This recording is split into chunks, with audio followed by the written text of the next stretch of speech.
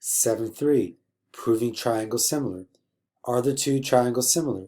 If yes, write a similarity statement and explain how you know they are similar. Looking at our shape, I see both of these angles are 40 because they're vertical angles. And if this is 40 and this is 110, I can find angle A. So adding those two up and subtracting from 180 gives me 30 for A. So angle A and angle K are 30 degrees. And these two angles are 40 degrees. So I'm given two pairs of congruent angles. That means the two triangles will be congruent by the angle-angle postulate. So my answer choice will be B. And that is number 1. Going to number 6. Given angle ABC is congruent to angle ACD, you need to prove that the two triangles are similar.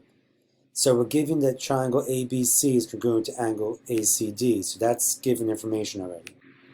Is it possible to prove that any corresponds of triangle ABC and angle ACD are congruent? No, there are no corresponding sides of either one of them that can be proven to be congruent. Are there any corresponding angles of either of them triangles besides the two angles already given that are congruent? Yes, there are. Which of the corresponding angles of those triangles are congruent? It is angle A that's congruent to angle A. It's shared in both triangles. Now use the information gathered in the previous steps to form a two-column proof. Where the first step is given, the second step is saying that angle A is congruent to angle A, so that's reflexive.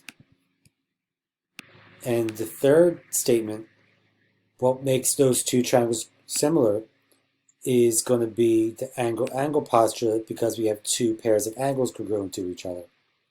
And that's number 6. Number 7. Explain why the triangles are similar, then find the distance represented by x. So we got to choose only the statements that can be taken from the diagram.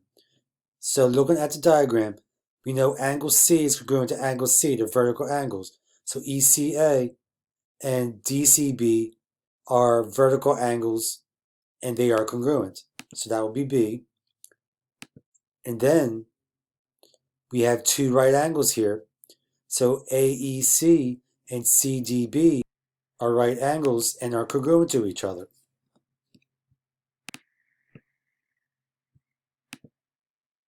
So using only the statements that can be taken from the diagram, choose the postulate or theorem that can be used to prove that they're similar.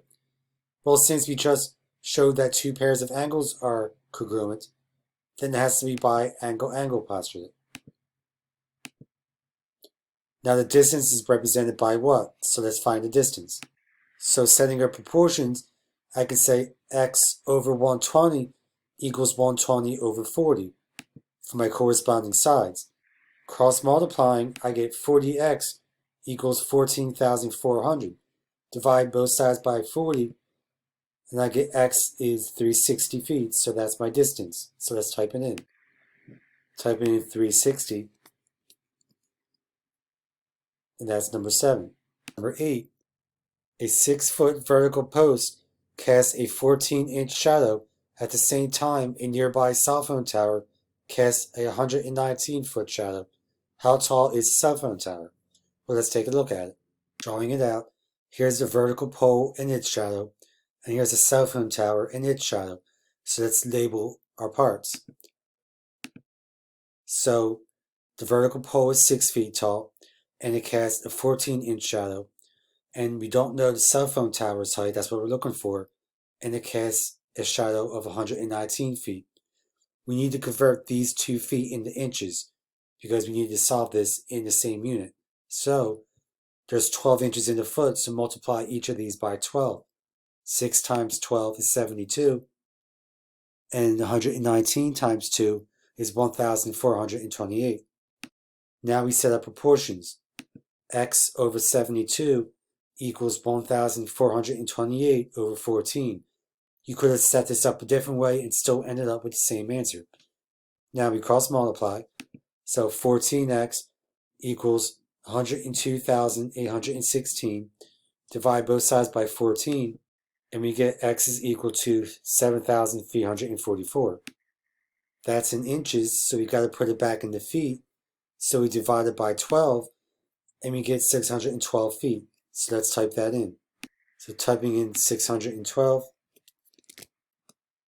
and that's the answer for number 8.